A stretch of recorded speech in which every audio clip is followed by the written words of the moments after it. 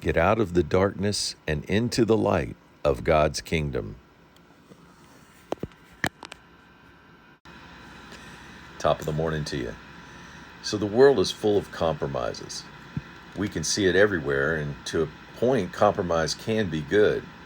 But there has to be a line in the sand where we say no to compromise, and that line can't be crossed if the compromise would violate our core values. When you start violating core values, your world begins on a downward trajectory into the dark abyss of destruction. We've always had challenges as a country throughout our history, but we've always had our core values as a nation to fall back on, to pull us through wars, internal strife, and resolving differences in our communities. Even people now who don't have anything to do with God, however, can see this impending darkness falling on our nation to the point that there's no one left to trust. Well, there is hope.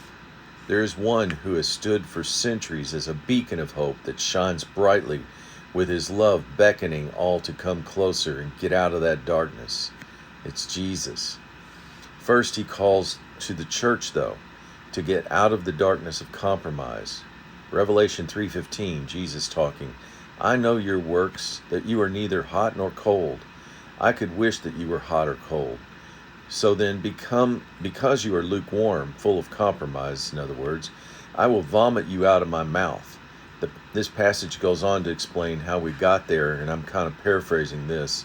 You compromised and became comfortable, but spiritually you are miserable, poor, blind, and as without clothes.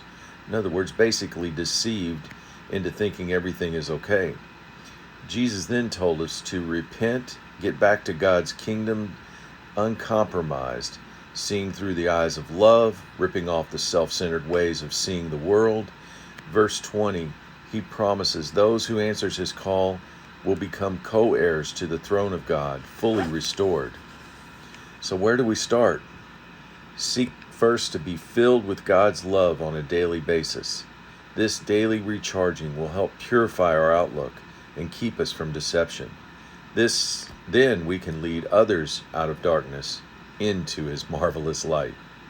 Have a great day.